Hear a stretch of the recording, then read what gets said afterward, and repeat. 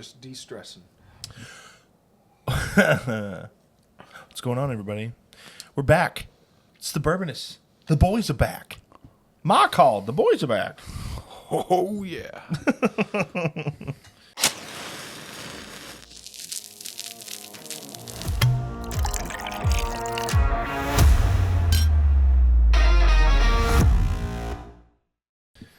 Howdy. Dan. Hello.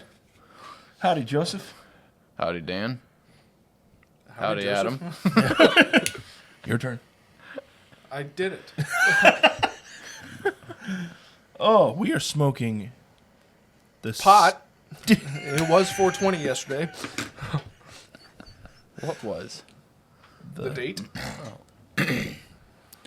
420, baby. It was that Is that- Bob Marley's death day? Oh, is that like a... Or is it his birthday? one or the other. Is that It's a... something that has to do a with pot Bob thing. Marley, which is why it's Yesterday about pot. was? Easter? Yeah, it falls on 420. Just And I Easter believe- subsequently fell on it as well. And I could be wrong. I also believe it's Hitler's birthday, which is why I think it became Weed Day. Because I we think needed just to all forget over that the guy. world, people were like, oh, wow, damn. Anyway, welcome back to the table. Things We you know. are we're smoking the Steamboat Privada Cigar Club. It's got Steamboat Willie as the look here, right On the wrapper. there. Oh, it actually On the, not the dude, wrapper, the band. it autofocused onto my hand. That's cool. Got the Steamboat Willie on the wrapper. Many of you know, and if you don't, learn your history. That was Mickey Mouse's first name, and it was the first cartoon that he was a part of back in the 30s, I want to say. This sounds about right. Yeah. And then we are drinking something from our new sponsor. That's right. We've got a new sponsor. It's Investment Whiskey. Hallelujah. Let's give them a hand, huh? Let's give them a hand. Come on. Put your... Oh, you can't. You're crippled. All right. Let's... Poor I guy. can clap, but I guarantee you, anyone who's listening to this, especially in their car, has just gotten their ears shattered. It's going to be like... Yours is going to be more like this. Just like with Just nubbing arthritis. You Clap. mess with the claw. Right. Mr. Yoda. All right, kitty cat. Put the claws away. But Investment I Whiskey can is stretch our my new... hand out, gentlemen. Hey, Okay. that means in a few weeks you could slap again. Actually, I don't know if I'll ever be able to fight. That's why I'll just bring a gun. You know, I can kick, dude, and I can bite, so back off. Hey, let's fist fight. Nah, let's duel. Let's be men, okay? Take 10 steps, Andrew Jackson. We are drinking the apple brandy finished cask, which... First impressions, fellas? Well, you weren't kidding about the apple notes.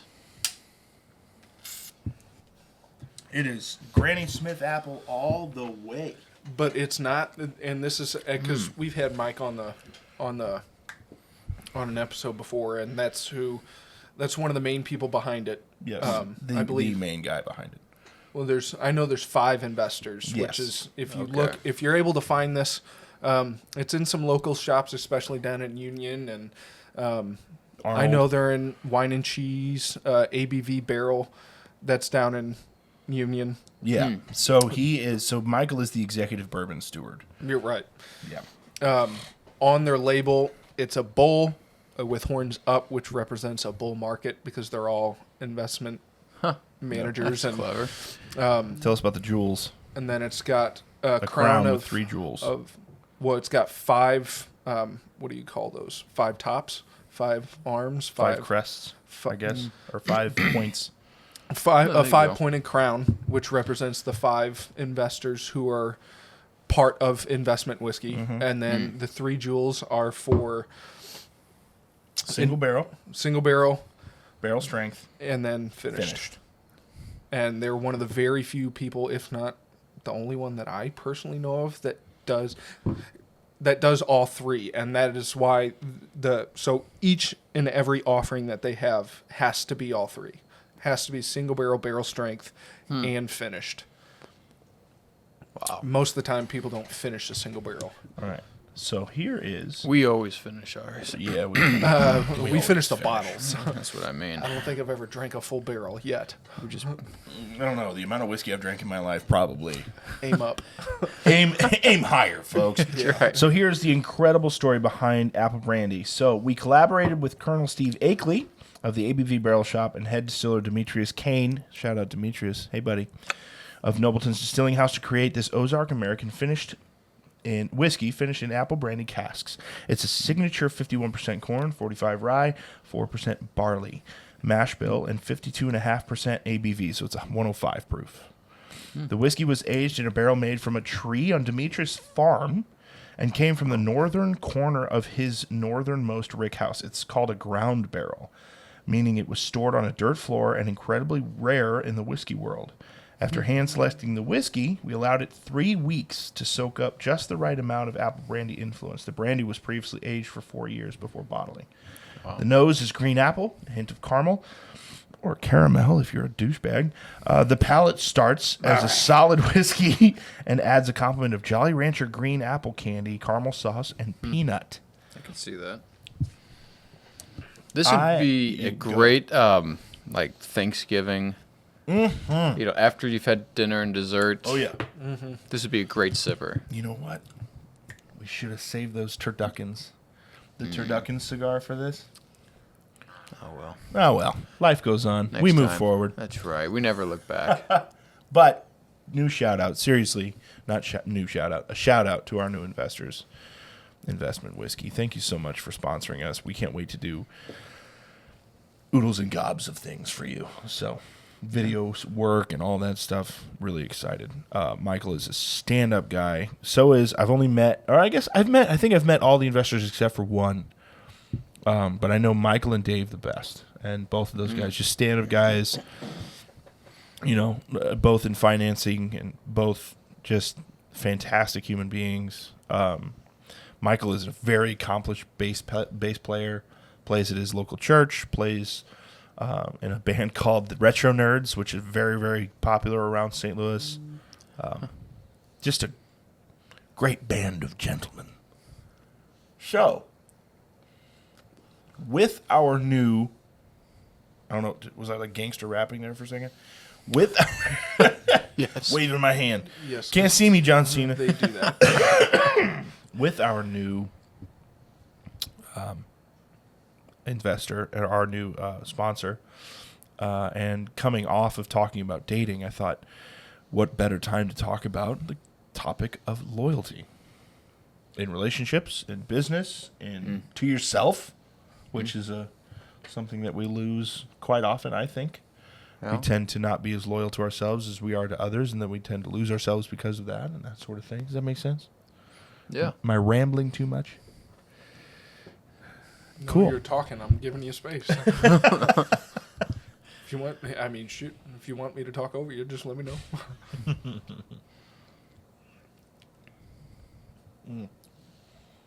It's very earthy, right?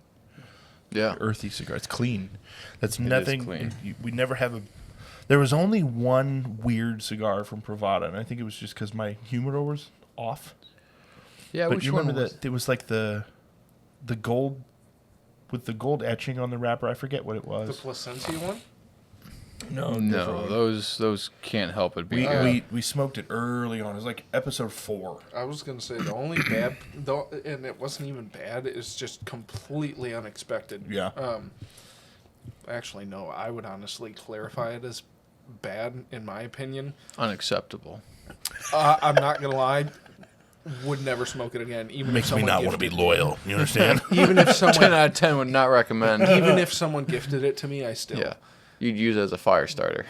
And actually, no. I'd probably just re-gift it to somebody else. Thank you. Yep. White elephant. Here you So, go. No one cares. I can't remember the name of it, but it was more of a. Now I feel like we shouldn't even try to name that because Yeah, we just- are. Well, no. roasted All them. I'm saying is, it tasted like burnt plastic. The smell of burnt plastic to me. Yeah, it wasn't. So I don't wasn't know if I just got a desirable. magical strain of COVID again 4 years later, but I don't know. Apparently, It's there's a whole possible. new sickness coming out. So It's very possible. Take your shots, boys. Just kidding.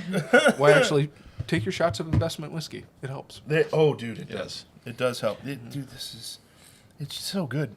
It's so good. It's God's medicine. Just straight apple, man. Yeah, that's phenomenal. Yeah.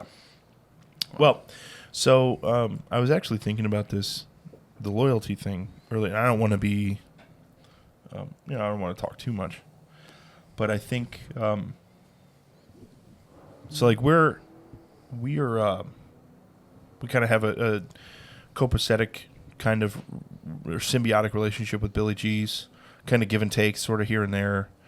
And when we met with Billy for the very first time, he was very quiet. He's a business owner. He's got a million things on his mind, plus 4 more, like just everything. Not just a business owner. He runs a restaurant, Yeah. which is a very... And now 2 restaurants and a catering company and just all these things. And so, but I remember sitting with him and he was so overtaken with joy when we told him that we tell everyone we know to come to Billy G's, that we frequent there as much as we possibly can on and off the podcast, that we really do try to, be there as much as possible. And he literally stood up in his chair and stuck his hand out to shake my hand because it meant so much to him that he's like, dude, you can frequent other restaurants, you can do all these things, but if you love what I do, then be loyal to me, And shout out to our 20 hardcore listeners that no matter what, the same 20 people are always listening. Loyal. We love you guys. Cheers, guys. Thank you. Don't know why the hell you guys are still listening. Shut up. No business. Morons. I wouldn't go that far. You don't call your target market idiots. Joseph. What is wrong with you guys for listening? Damn it! Golly. Son of a... We appreciate you 5 listeners now who are going to remain loyal. Yeah. My mom, Joseph's mom, Joseph's sister, My wife. Adam's wife. That's Adam's about wife it, doesn't boys. even listen, does she? She does, but it's so slow because she's so busy, and so am I. So she's on episode 20. She can also hear us so most of the That's time. true. So We she's usually talk to her and give a synopsis after the episode's over anyway.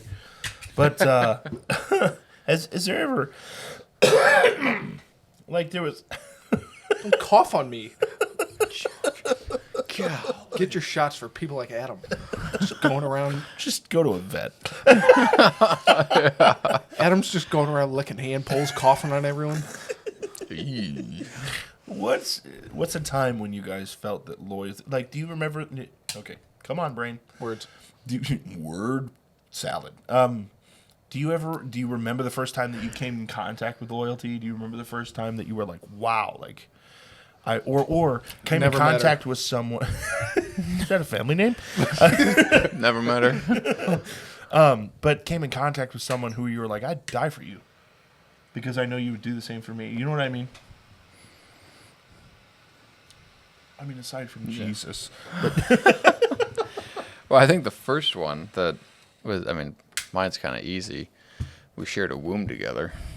Oh, yeah. We need to do a brothers episode really bad. We do. Yeah. And actually, be able to put it out because the microphones work. That's a plus. Yeah. I think mine's easy. It was Michael. He and I would do anything for each other. Yeah. Yeah, we were pretty much inseparable. Pretty much until... The great schism of 2012 or whatever. Yeah. Whenever he went off to college. Or no, he went to Rhode Island. Yeah, Virginia. Oh, okay. I guess that was probably the first one. And then he broke my heart again when he got married. You turned around and were like, well, yeah, The great divorce. check this out. I can get married too. That's idiot. right. 5 years later, but here we are. Better late than never. And then when you go through some of the things that my family went through, there's a lot of bonding that takes place. Sure. And we really learned. I think there's 2 sides of loyalty. There's learning to die for the other. There's also living for the other. And sometimes I think the living is harder Wow. because it takes sacrifice and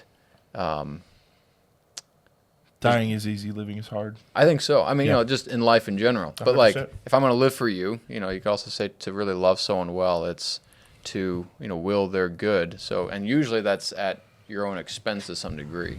There's one, I don't know, one portion left at dinner, and you'd like it, but you see that, someone else maybe wants it more or wants it just as well, just as much. And so you give it to them, that's living. So anyways, but in our family, I think we really learned from a young age to, live and die for one another. And see, that was the opposite for me growing up. So for one reason or another, I didn't have a bad home life. Like nothing torrential happened. I mean, my biological took off, but I was a month old. He didn't even see me face to face. Like that didn't affect me. It affected my mom. You know what I mean? Sure. And so I never had any hardships in my family, I don't think. Like everybody's got their things and everybody has those quirks that their parents had that you don't want to have. Like all the things, you know what I mean? But like I ran from my family as a kid, and I surrounded myself with friends or who I thought were friends and obsessed with them. And this is something that I'm going over and over and over in my head about now that I'm older and I have my own family and my own friends, and because the lives are separate, right? And I just, that sounded bad. I don't have separate lives, but you know what I mean? Like you guys don't live with me, right? Right. Although there's a dream right there, just live in a compound. Anyway, Maybe one day. maybe one day. But I learned the hard way. So what made you run to your friends? I don't know. I think I needed I think at an early age I understood that my parents weren't going to leave and were always going to be there for me. And so I wonder if I subconsciously thought, well, I have to find someone who doesn't have to be there for me but chooses to. Okay. You know what I mean? Okay. Yeah. But the ironic part is my dad was the ultimate Example. Thank you for that example of that, because he didn't have to be my dad. He chose to be, right? And I didn't see that at a young age. I chased these people who made me laugh and thought I was funny, and but then growing up, and now that I'm grown, like I don't talk to any of them because I realized that they used me for what I had. Excuse me, that came from the depths of my gut. I apologize, audience. But Sharing is caring. So thank you, Adam. But I had they were not good people. They would push their agendas on me. They would push their ideals on me, and I have a lot of like religious trauma from those people, and a lot of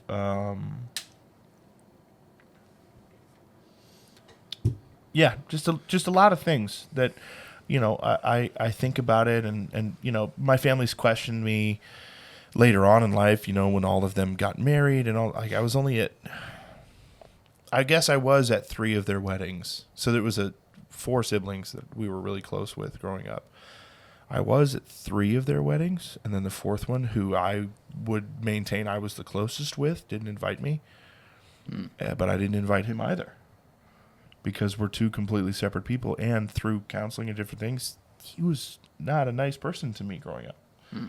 And I chased that because I guess subconsciously I wanted his approval more than my parents, because I thought, well, my parents have to love me. Right. So I had the opposite effect of, my brother and I were not close until he graduated high school. And then we got close, and then he went off to college, and then I got mad at myself, and now I have to, or had to like rekindle that relationship. Yeah. But yeah. You guys are looking at me like I'm a cripple. Well, there's I mean, there's a kernel of truth, but we were just wondering if you had anything you wanted to share. Who are you loyal to, Daniel? I think similar to you, Joseph, and it was in a different way. My older brother Tim, shout out Tim, you psychopath. He was one of those to where, like, even at a very young age, I remember, I think I was like 7 or 8 at the time, and we went to one of his baseball teams, like, postseason parties. So the season just ended, so the coach had all the kids come out, and it was while he was still in grade school, and we were at this a family friend's house, but I was kind of hanging around. So the coach had a son who was on the team, but then had a younger son that was, I think, like a year younger than me. So I was hanging out with him, but also kind of intertwining with the team and my brother. And one of my brother's teammates had like one of those long tubes of bubble gum, but it was bubble tape. It wasn't tape. It was cylindrical. It almost looked like a rope. It was like bubblegum rope. Okay. And so I came running by one time, like with the kid who's around my age, and all of a sudden, one of his teammates whipped me across the back with the bubblegum whip. Whoa. Like, and it welted up, and I just heard a whack and felt one of the most intense sharp pains that I've felt at the time, all across my back. And I'm like, obviously I was crying, and I look up and I see my brother beating the shit out of this kid. And this is before freshman year in high school. So like that was one of the first times like I saw my brother stand up for me. And then when he was a senior in high school and I was a tubby freshman, I was a freshman in high school and he was a senior, and he would always kind of we would walk by and see each other probably once a day, but he would always kind of just give me a nod as we were walking. And but in high school I was always the kid that had earplugs in and was listening to music. By the time I sat down for class and the teacher started talking, I'd take them out, and when the teacher was done, the bell rang, I put them back in. But my brother would always kind of just give me a nod. And then college, I was that tubby custard, and my brother was going to the gym with me, and he was the one to kind of push me to get to the point to where I was like, you know what, like very clearly, my own spirit is kind of telling me you're not okay. Sure. Like, I'm not okay being this way. Yeah. I'm not okay with the way I'm living my life currently. And my brother was kind of the one to push me to be like, Dan, this is not okay. Like, it's not okay to be 296 pounds before your 21st birthday. That's unhealthy. Unless and so he Thor would... Bjornsson. Now, granted, Unless you're Thor Bjornsson, the mountain. He's also, not 5'8", almost 300 pounds. He's 6'9". Correct. So more than a foot bigger than me. But he was kind of the one in the gym saying, like, Dan, listen, I'll be honest, I'm not leaving this gym unless you burn a certain amount of calories on the Stairmaster, unless you put in a certain amount of time on the Stairmaster. And that was after weightlifting. But my brother would stand there on the treadmill doing his cardio right next to the Stairmaster, and he'd go, just keep going. You're not done yet. Keep going. Awesome. I know you're tired. And then I'll be honest with you. I think this is healthy to some degree, but he would give me like those jabs. The appropriate amount of shit. Well, it depends on who you are, but I do think depends on if you're an outsider or not. It was appropriate for me because sure. I needed it. I needed that kind of, I guess you would say, friendly, loving bullying, but basically like the love that only a brother can give. Correct. Or maybe like your best friend.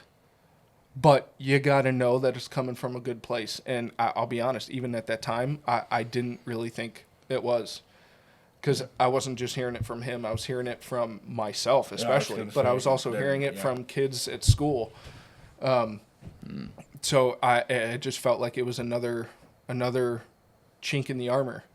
But looking back at it, like that was one of the biggest things that pushed me to change my life, and he was a part of it. And now, I mean, obviously, I mean, granted, my hand is finally out of a cast. Sure. And we're moving up, but I'm free. I've always tried to help Do with. what I want. I've always tried to help with, Any his old kids, and then, I mean, my brother also doesn't really like talking to too many people. I actually, I get that, and so I feel very, I don't want to say touched, but very honored with that, is that he calls me friend. Absolutely, I mean, shit. When we had the episode on, and like the first time he has ever said, "Dan, you're my best friend," like that was the first time, and it was Oh, wow. here on the episode. I didn't know because that. my brother doesn't talk, but Yeah. let alone talk to anybody about how he's feeling. Yeah. Because I mean, I kind of understand some of his mentality. He's like, "This is my problem. The last thing I want to do is burden somebody else with it." Like you have your Fair own enough. burdens. You have your own. So at this point, like God has given me this burden to take care of, to manage, to handle. Now, granted, of course I need help, but he's like, I can ask for advice without letting people too far in, because I do think there's a level of privacy that you need to withhold on certain things. Yeah. And so, I mean, my brother's been a huge mentor on how to live, how to not take anybody so serious that you actually Change who you are. for the other person's approval. Mm-hmm. And yeah, I mean, he has been, I use the term best friend very conservatively.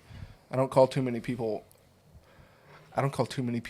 like a good friend, let alone best friend. Yeah. That's reserved. Yeah. But I call I call Tim and maybe two other people brothers.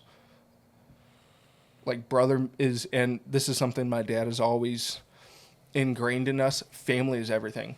Yeah. So when I call you a brother, that means in an instant I would throw away my life, and not even throw away. I would give up my life for you. In an instant. Yeah. And without skipping a beat. Yep.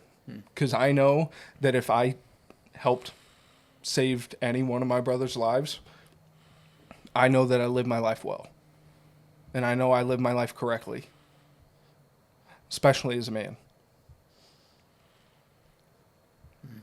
Yeah. That's loyalty. Yeah. Well said. Do you still think that way, or do you feel yourself? Think what way? Well, so you said, it takes a lot for you to call someone brother to get that close, right? But you also said that you and your brother share the mentality of you don't need to bother other people with your own shit. But if he's there for you in that way, doesn't that negate the second thing? Like, you know what I'm saying? So you said that you and your brother are that close, and you have this mentality where, well, I shouldn't bother other people. You don't want to hear about my problems, all that stuff. Somebody's got to be there for you in that way. That is the crux of the biblical principle of bearing one another's burdens, is you have to let somebody in that way. And so, is that Tim? Oh, 100%. I'll ask Tim for advice, but that's where, like... Yeah, but I'm not talking about straight up advice, dude. I'm not hey, which car should I buy, or which girl should I go after? It's like, what do you feel? I'll say in certain cases, that's very important to That's get an very outsider's important. perspective. I get that. Because especially as a guy, pretty things make us blind. Yeah.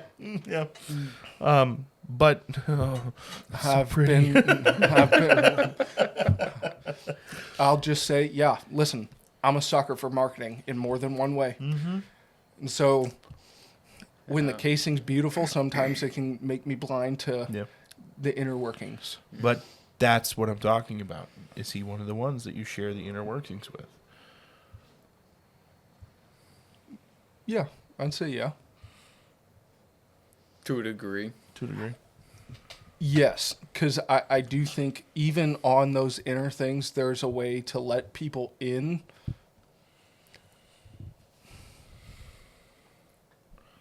Keep Wow, going, because it's there's- segueing into something that I'm thinking about. I think there is a way to allow people in while also balancing the act to where you're still the one to manage the issue. You're still the one to take care of the issue.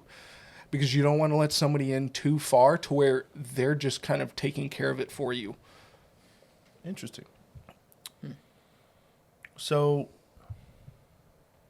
what I'm segueing to is, so you said your brother's your best friend, which I could say the same about mine. Like, I can tell him anything, and he'd be like, "Oh, cool." Like, I mean, not cool, but like he'd be there. But there are certain things that my brother does not know about me.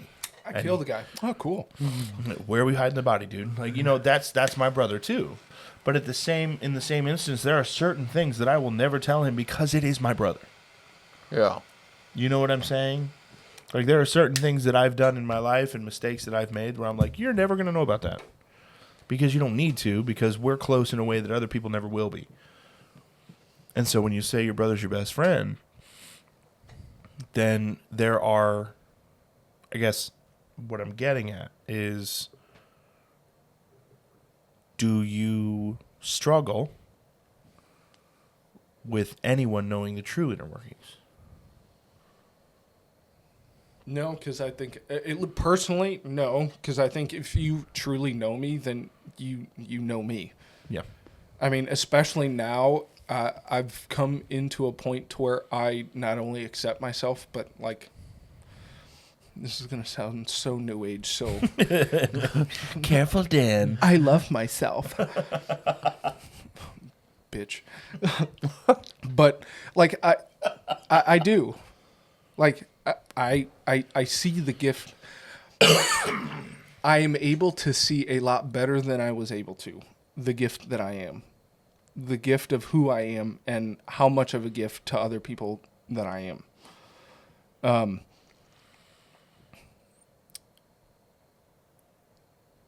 So I don't personally, and I had to kind of find my thought there. That's why I kind of like stuttered. Started 3 sentences. No, there weren't even sentences. It was just noises. But that's why I don't necessarily find it an issue that people see the inner workings.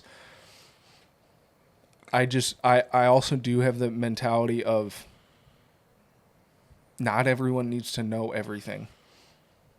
Not everyone, of course not. No. But even the people that are like closest to you,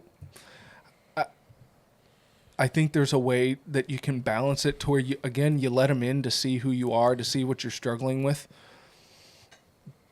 But you're not also divulging too much information to where you're kind of treating that person as if you guys are like one. You know what I mean? Yes.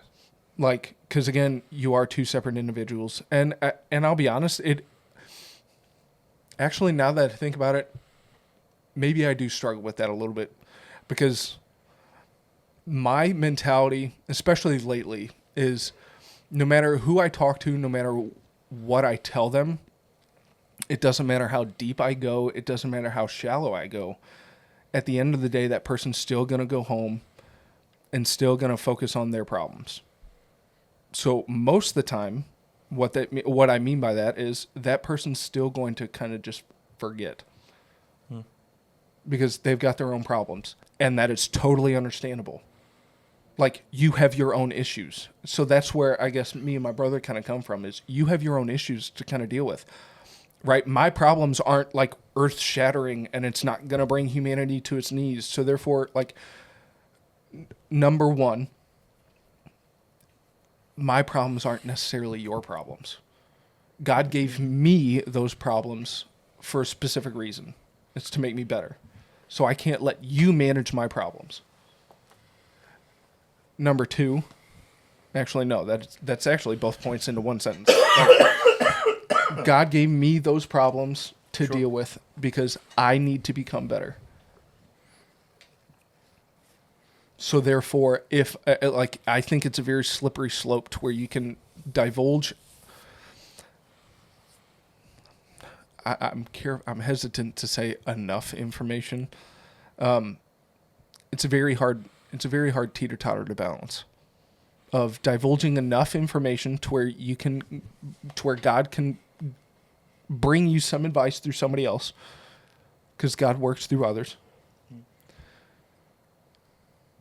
and you not divulging too much information to where the other person feels like they're bearing the problem for you, if that makes sense. Yeah. And so that's where, me personally, I'm a person that definitely does swing the pendulum to both extremes. Okay. So I'm able to see that and recognize that. And so, to me, it's either the glass is completely full or the glass is completely empty. And so I'm coming to a point to where I'm able to kind of find that the glass is half full, but it is also half empty. And not in a not in a narcissistic kind of way, or not in a depressive manner, but it's able to recognize both aspects of the issue and come to an objective understanding. An objective reality. Because I think that's important. So then do you boys think that loyalty has its limits? So how loyal do you expect others to be to you, and vice versa? You know what I mean? So for me, I'll give an example. It's just really quick. For me, I expect the utmost from the people that I trust.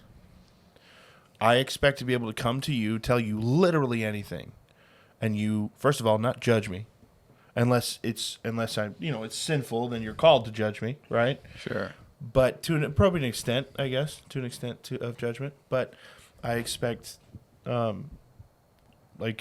should be able to come to you with anything, and you don't see me differently because I treat you the same way. I should expect that, my closest of friends, which two of you are sitting here, if I call you at 2:00 in the morning, that means it's an emergency. Pick your fucking phone up. Sorry for the F-bomb, but that's, you know what I mean? If I call you that late, something's wrong and I need you. Right? But you should expect the same from me. And I would, if it was important enough, I'd lay down my life, right? To be there, to show up. Because I think 90% of the battle of loyalty is showing up, right? Yeah, that's true. And so is there a limit? Is there a limit to loyalty? Is it per person, or is it per yourself? Am I making sense? Mm-hmm. What do you think? I would say, yeah. I think you need to be able to compartmentalize. Okay. Because again, not everyone is not everyone is gonna share the same mentality as you when it comes Correct. to relationships. Yeah. But I do think it's very important to recognize that I think for any relationship to be successful, whether friendship, romantic, or otherwise, intentionality needs to be shared between both parties or all the parties involved. And that's what makes it successful, because the two parties or the three parties or whoever's involved in said relationship see eye to eye. And I think that is crucial. Because if you end up getting into, again, no matter the distinction of relationship, but any relationship, and either party is on a different level and is on a different scale, without communication and agreement from both parties, that relationship won't last. And I think that's why a lot of friendships wither away. What is it? Over 70% of friendships throughout a lifetime, it's more than 50% of friendships only last around 7 years or so. But that's because I think one or both parties end up growing apart on their intentionality. It's actually called, it's a saying in the dating world. It's called the 7-year slump, where there's statistically a lot of marriages fall apart after 7 years. Yeah, because you get bored of being with the same person. You feel like you've experienced everything together, so you start looking for new things to do, new projects, whatever. Yeah. Some friends of mine hit that recently, and they're like, it's one of the worst years of their marriage, because they were like, I can't like we were fighting all the time, and like it was just chalked up to like we feel like we've experienced everything already. So that's a very real thing of, loyalty only lasts so long. But then, is it loyalty, or is it just for a time? Is it a season? You know what I mean? Yeah, I think loyalty can change just like priorities can change. My loyalties when I was young was to my family. And then as I grew up, like once I got married, my loyalty first and foremost is to my wife. And so, I think people in your lives kind of, they progress and they degress, if that's the word. And I think it's a tough thing to really like put a number on it. It's hard to quantify. Yeah, quantify. Like right now, like my loyalty is to my family and providing for them, and I would have to weigh out.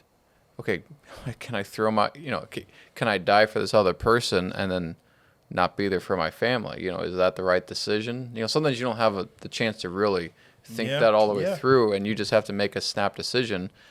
But I think that's a tricky thing because I've got friends that I'm no longer loyal to anymore because we're not friends.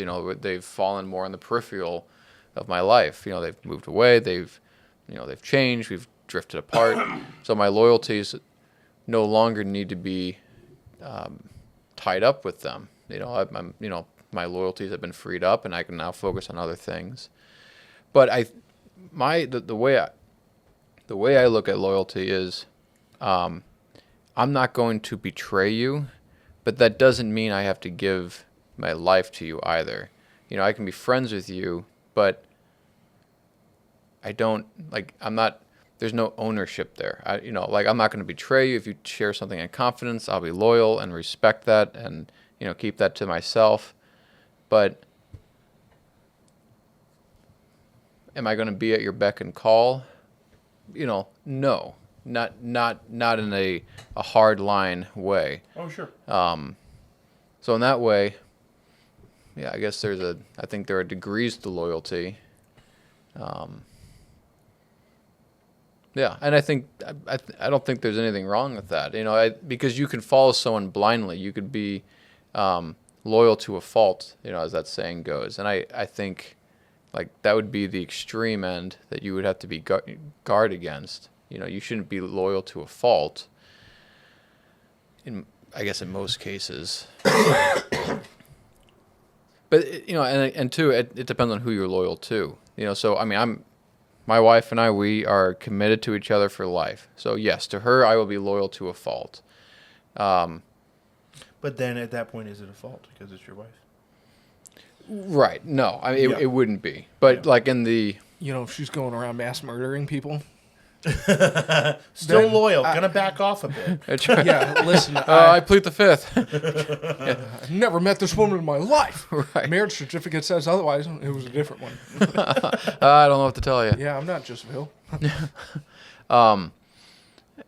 Yeah, just to use the terminology, like I'll be loyal to my faith to a fault. Doesn't mean I have to follow it blindly. There are wolves in sheep clothing, but I'm not going to just jump ship just because maybe the sea gets a little rough either.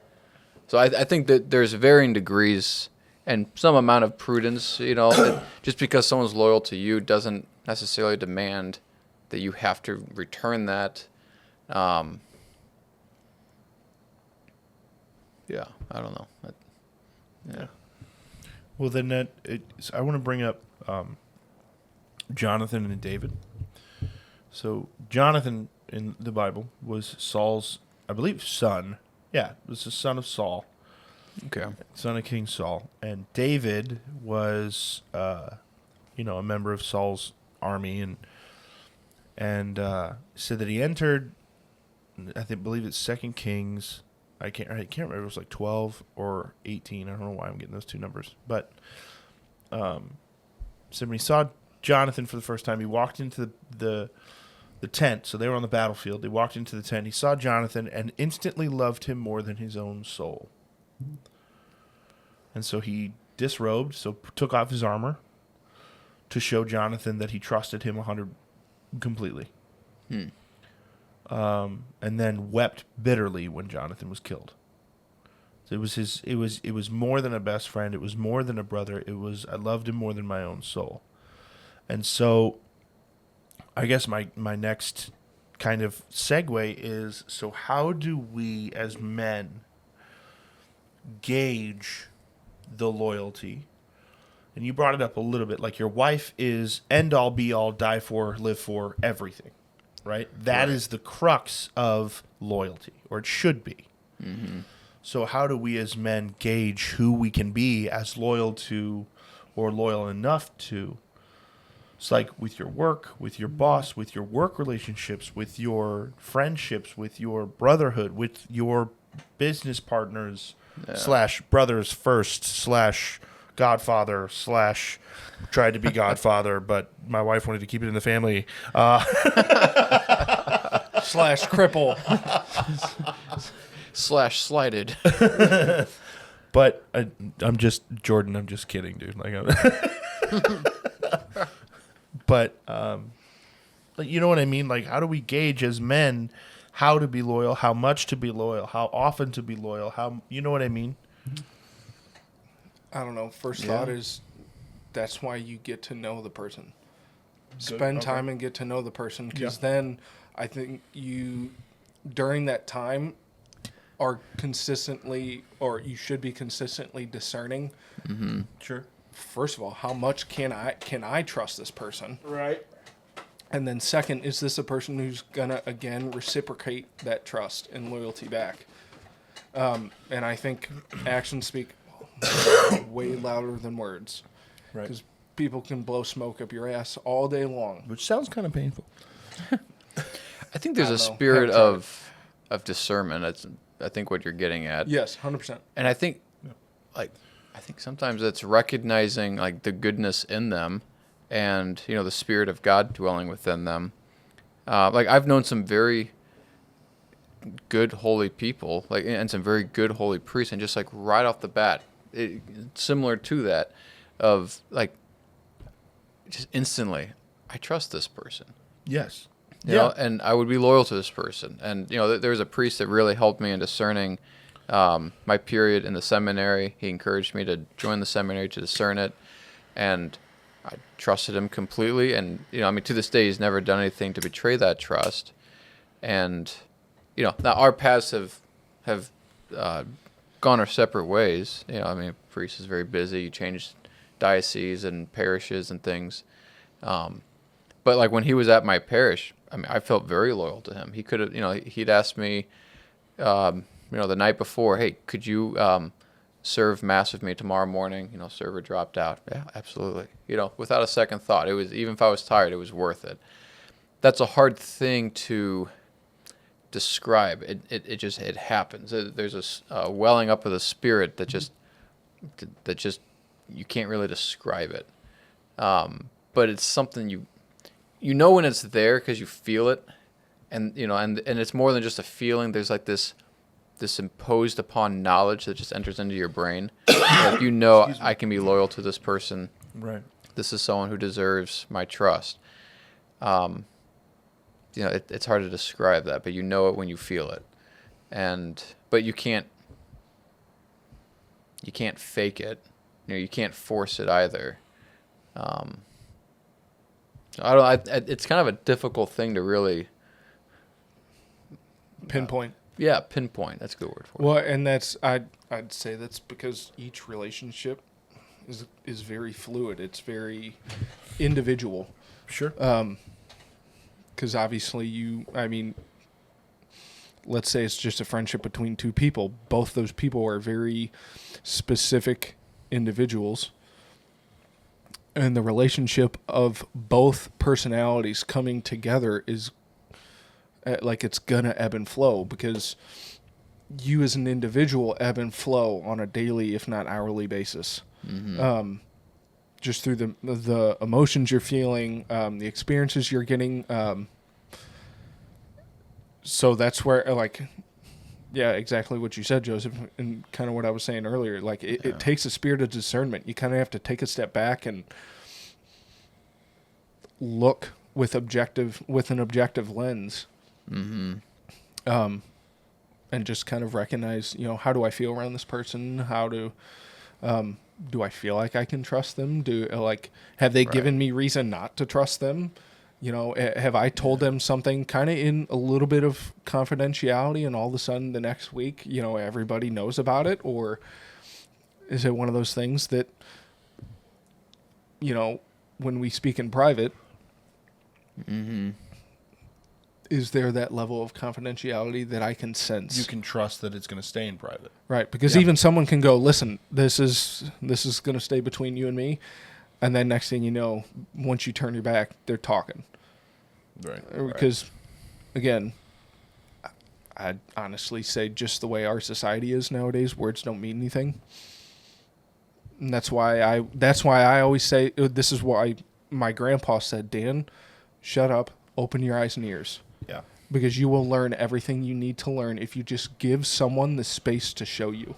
Because they will always show you. Mm-hmm. Give them a stage. Yeah.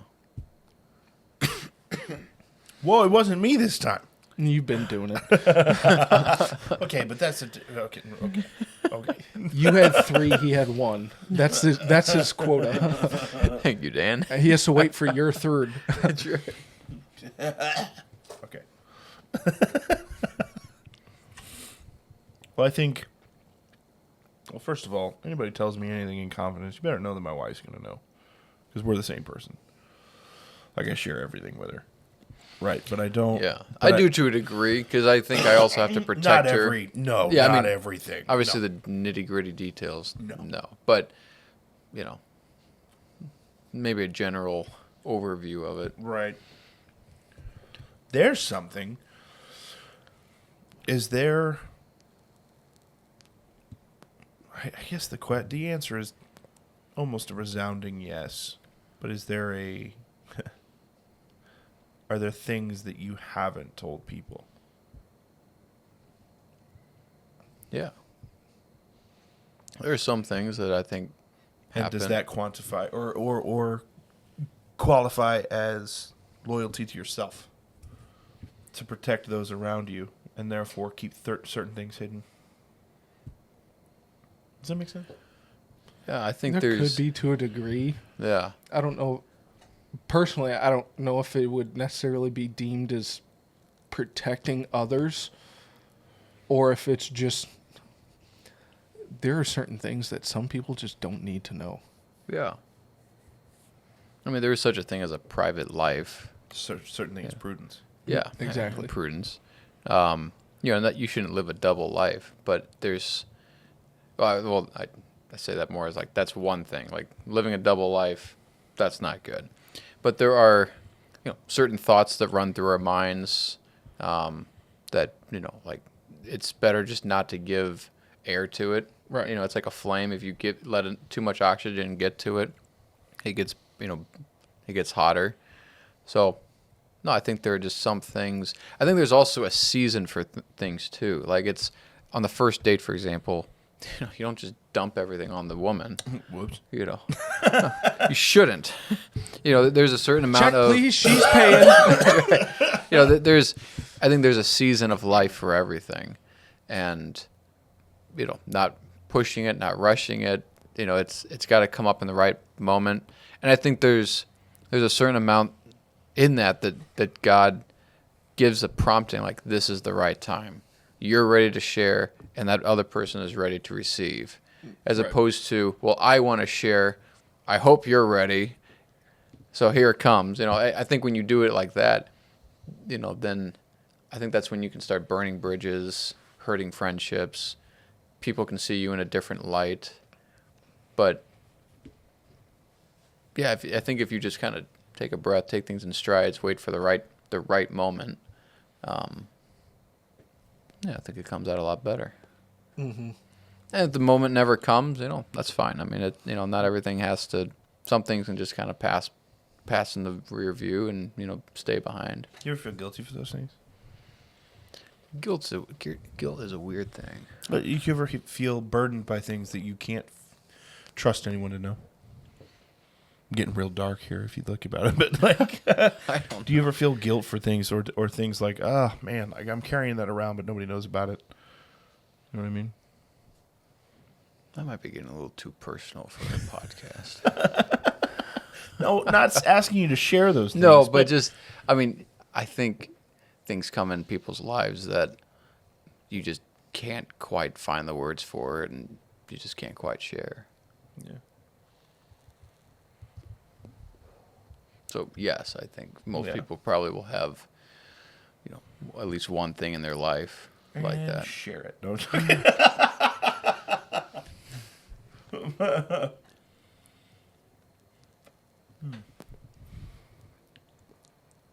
Well, I, for the first time, I think this year at least, I've talked the least amount. On this episode. Yeah, I think I'm just curious as to what everybody thinks because I've struggled with loyalty my entire life. Because I am that guy who gives everything and then expects it in return, and when I don't get it, I'm heartbroken. But that's not fair to expect that much from everybody else. Does that make sense? Like it's not fair to look to you and be like, hey, so I'm going to give you mind, soul, body, strength, everything, all my emotions, and I'm going to dump it here, and then come on. Oh, you're not going to do the same? Well, then you're a dick. Like, you know what? Yeah, all of a sudden he's like, whoa, dude, I'm straight, bro. Leave me alone. But I think there's that level of prudence. It's that level of you have to be loyal to yourself. You got to be careful. Some things, like you said, Dan, like some things you and God need to figure out. You and God have to sit down, and you have to trust. Ooh, there's a loyalty thing. You got to trust him enough that he's going to be more loyal than anybody you'll ever know. Yeah. Past, present, future. Yeah. And so you got to trust him enough to know, I'm going to come to you with this. Don't hurt me too much. Like Yeah. Can you pull back the consequences of certain things? Well, everything has natural consequences, I believe, but Yeah. and I'm not just talking about bad things. It's just things that people don't need to know. Intimate things about your life and details and different things that you trust God with, because obviously he saw it in the first place, but I think it's a beautiful thing that I've learned through theology and just my own relationship with him, that there are certain things that, of course he sees everything, but he wants you to talk to him about the things that he's already seen. Mm-hmm. Right? He wants to talk to you about, hey, I saw that. I know I saw that. Let's talk about it. Let's divulge. No, don't go run off to somebody else. You're not gonna be able to. One of my favorite quotes of Jordan Peterson is, be careful who you share good news with. Mm-hmm. Because no one cares as much as you do about your own life. Yeah. And that's kind of where I was going with Right. even just the negative things, like It's good to vent, but it's not always good to overshare. there were times to where, I'd share like some of the biggest things that were going on in my heart and my mind. And obviously you kind of are looking for an answer. And there was a time to where it was kind of like, no matter what happened, it just seems like the answer that I would get in return was, damn, dude, that sucks. And then they'd walk away. That's not the response you want. Well, Maybe yeah, it is. because it's like, no shit. That's why I'm telling you. That's why I'm kind of asking for help, bud. Yeah. But then it's like, I don't know. It came to a point where like that's all I saw, and Sure. Talking to Tim's like, yeah, because they don't want your burdens. They don't like they've got things going on in their heart and their mind to where they're like, dude, what makes you think your problems are bigger than mine? Like, what makes you think your problems are like, you could be going through something very prevalent in your life. You could be going through a breakup. You could be going through a death of a family member. And then all of a sudden your friend's like, oh, I just got a cancer diagnosis. Yikes. Or Yeah. like, I just lost my wife, or I just lost my kid. Right. And yet, so that's kind of where my before statement, or the statement I said before. That's kind of where I was coming from. Is I think when we share our problems, I think we can come to a place to where, since it is obviously we feel pain and we remember pain more than the good times. I think because it hurts, and so when we're hurting, we're trying to reach out and essentially tell people that we're hurting. But when other people are hurting just as bad as you, your problems can sometimes be pushed aside. Yeah. And that's where, like, again, to me, when that would happen, that to me was kind of like, okay, this is between you and me, God. Right. People don't need to hear about this. Because whenever I do share, it's not helping. Yeah. And not even getting an answer. It's more of like I feel like I'm not being heard. Yeah. And then it's like, all right, well then I'm turning to the wrong people. Right. You know that, and we're coming up on time, but the part of the brain that processes physical and emotional pain is the same place. And so that feeling that you get when you break a, I don't know, let's just go to the extreme. When you break a femur, like your brain says, fix this now, because it's all you're going to think about, right? And when you go through an immense emotional pain, your brain does the same thing.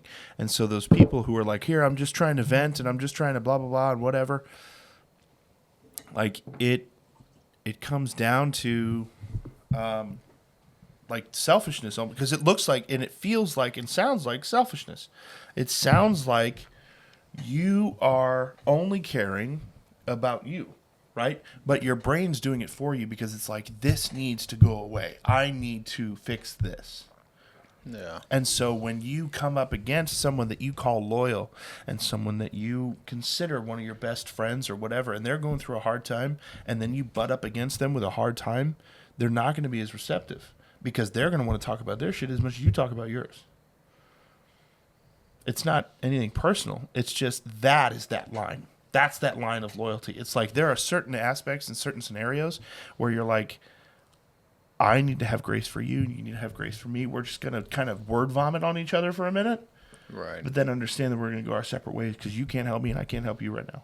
But I'm still going to be there for you in the venting process. I'm still going to be there for you for like, hey, I'm a body in the room. I'm sorry you're going through that, man. It sucks. Yeah. Can you listen to mine now? I'm going through this too. That sucks. And that's a beautiful thing about marriage is that you both go through the same shit, but you see it so differently. Right. And so it's so important to have those dates, to have those times that you still, you know, like you said episodes ago, date your wife. Because it's so important to sit down and just talk. Wait, you felt this when that happened? Oh, I felt something completely different. Are you okay? You know what I mean? It's that balance. Yeah. It's the balance of loyalty. It's the balance of give and take. It's the balance of I'm hurting, you're hurting. How do we come together? Well, and that's a big reason why I've come to, I don't know, I've just kind of come to the mentality of, listen, I'll figure my stuff out in the right time, in the right way. So when someone's coming to me to divulge some crap that they're going through, I put my stuff aside. Because it's like, listen, I'll figure it out. I know I will. Because I've made it 27 years, and so far I've figured out all the crap I was so worried about at 16, 17, 18. Yeah. Not all of it. But I also know, like, there's a time and a place. Yeah. And so Right. when a close confidant comes to you in confidentiality and is hurting, like, I don't know, part of me wants to say, listen, be a man, put your shit aside, and be there for your friend. Be there for your confidant. Because they're reaching out in faith, in trust. And that doesn't mean you have to have all the right answers. But it does mean that they're looking for someone to ride with. And just like, so I think we've talked about this quote before. There's a movie called The Town. And it's with Ben Affleck. I cannot Jeremy Renner. Yep. And they're brothers, and they're in the apartment, and it's about these two brothers kind of going against the Boston Irish mob, at the time because they were doing some work for him, and but they wanted out. And so Ben Affleck comes in after I think it was right after he just got basically he was threatened by one of the, not the upper echelon of the mob, but one of the lieutenants. And basically he comes in and Jeremy Renner's sitting on the couch watching TV, and Ben Affleck goes, "Hey, we need to take your car. You can't ask questions, but we're going to hurt some people." And Jeremy Renner's only remark is, "Oh no." He goes, "Hey, I need your help. You can't ask any questions. We're going to hurt some people." And he goes, "Whose car are we taking?" Oh, yeah. That's beautiful. Because he's there riding with him. Whose car are we taking? That's a good quote for those with loyalty. Whose car are we taking? Yeah, I like that. Thank you all very much for joining us once again at the table. We have Joseph. Adam. And Dan. We'll see you next time.